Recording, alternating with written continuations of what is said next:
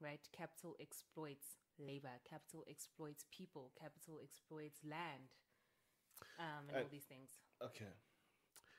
Also, another topic for another day. Yeah, Obviously, the we could have a communism whole. different. But let me just understand this. Whilst you're speaking about exploitation, right? Mm, And this is going on from a. I remember doing this in ethics mm, on a lesser evil. So let's speak. They call it exploitation of women, right? mm-hmm, Exploitation of child labor, for mm-hmm, example, right? Where on the one hand you have people arguing, "Guti, guys, pay women fair wages, mm, etc." Right? However, I don't think, as you kept on saying, the design of capitalism is not designed in a way to say let's be fair mm-hmm, across the board. Whereas, okay, if you tell me as a business, let me pay fair wages, I will leave Bangladesh and go to India. I'll go to yeah, because we're a globalized economy, I'll go to the next cheapest place, right? So there's obviously, capitalism. yeah, so there's one Yeah, school of thoughts that says, guys, fair wages, fair trade, which I am for, right? mm, From a ideological point of view, basic human rights, mm, etc. mm, However, other people that are for capitalism and the exploitation, obviously they mm, put it in better English than me. However, they'll say, look, capitalism has a benefit in terms of if it wasn't for capitalism, these people would not be employed. Um, and I can see you yeah. shaking your head on that in terms Those of are false positives. so let's just discuss that a bit because I remember in ethics where we were speaking about child labor in Chile to say, okay, Shab, let's pull out this factory in Chile, right? Yes, we were paying. Look, I know it's a hard pill to swallow right now, but let's just speak facts. Uguti, I was paying you a wage, né? Mm, And it was terrible conditions, but at least you're getting a wage versus mm, not getting a wage. So if I pull out of this country, I am going to leave you worse off. yeah. I forgot the whole terminology they call it, but let's just discuss that briefly. What are your views on that? Um, Yeah. I yeah. It's tricky because I feel that there's this great piece. You speaking about this reminds me of this great piece, and I'm trying to remember the author. It's about this recycling like hill. And it's this idea of this person, that whole idea of people are better off getting something than nothing, right? okay. But I think some things that the first thing I want to say is that capitalism strives or thrives off of structural inequalities. That's how capitalism thrives. It thrives on exploiting whoever and whenever it's possible, right? We live in racial capitalism. That's also another reality. Globally, it's a racialized capitalism. And they go hand in hand together. And so, and obviously with patriarchy, that's the perfect trio, really, in this current context, Jeez. supposedly. And so I think, but we have to remember, Uguti, within the structure of capitalism itself, we've already created a false positive, which is to say, with capitalism, we've said people have to have jobs. So we're starting them off already on this particular assumption that in So our this point of system, departure already yeah, is it's like a people must fallacy in a have way. jobs. Sure. So now we give people this false positive that says they would have been worse, like, you know what I mean? Like they have to have a job or they're going to be worse off. And so, and that's why I'm saying it's a structural issue. And if your point of departure is, and that's why I was saying earlier that I don't believe that jobs have to be the Can you, thing. yeah, sorry. Yeah, so I was saying, yeah, our point of departure is already this world of work which values human beings for their ability to work and provision and have waged work.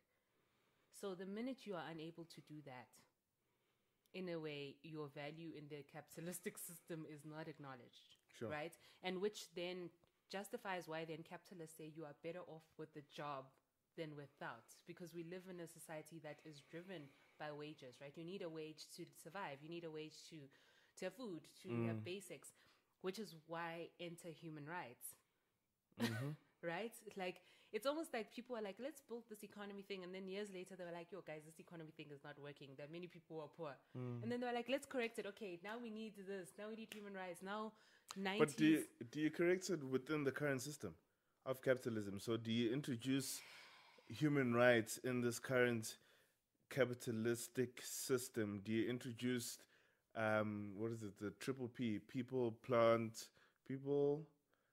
and profit. Do you know Oh, what I mean? yes.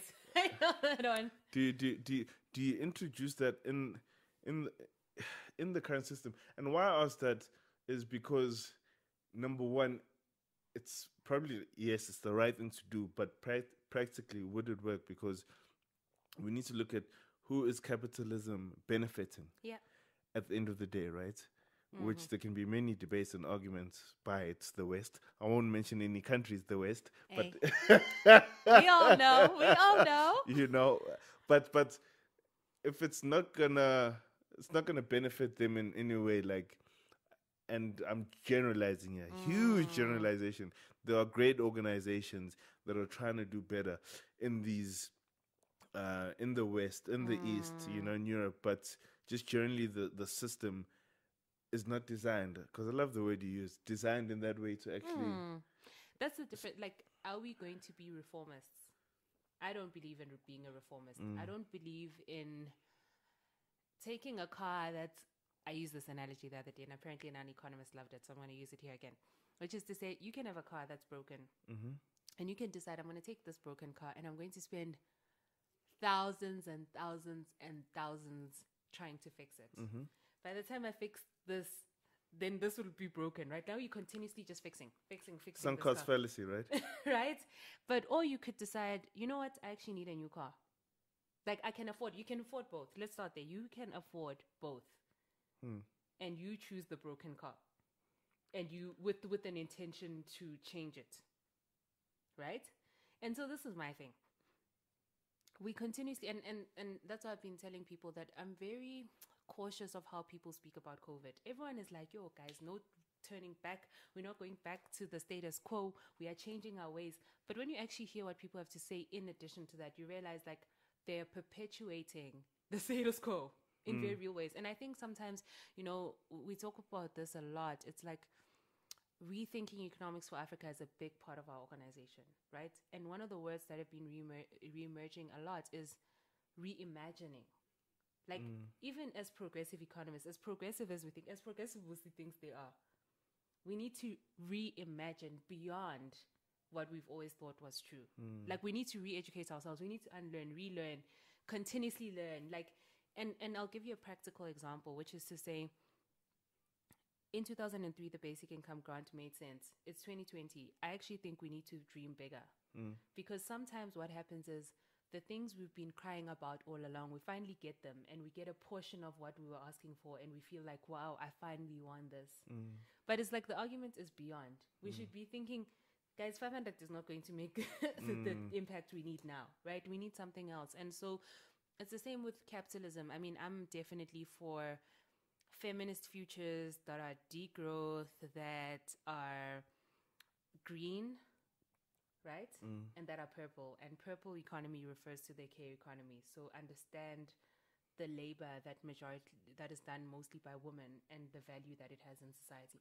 So I think we just have to reimagine our futures, but it requires a serious and so this is where it's hard, because you can reimagine something for South Africa, which is great.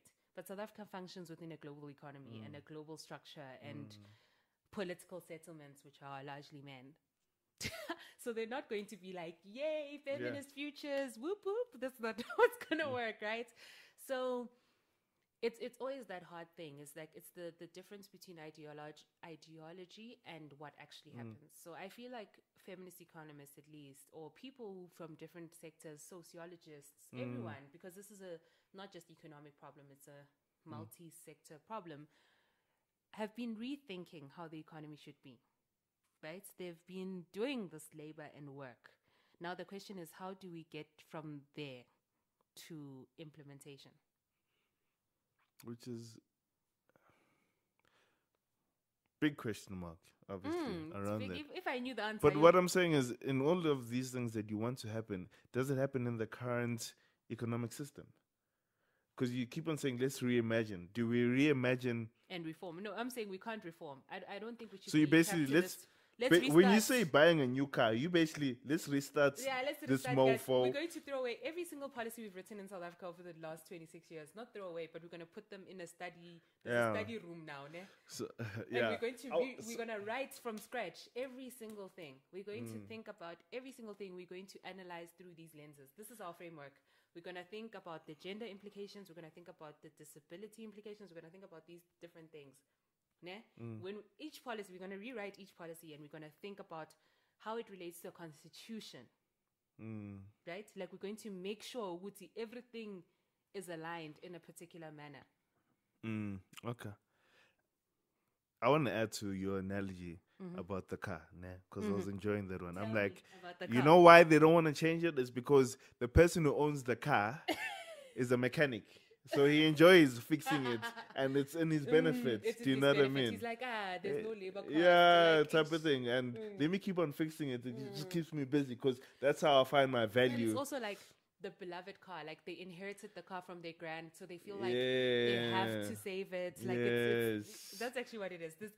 People are so invested in, what's that? The endowment effect as well, right? People are so invested in neoliberalism. It always amuses me. People are so invested in it.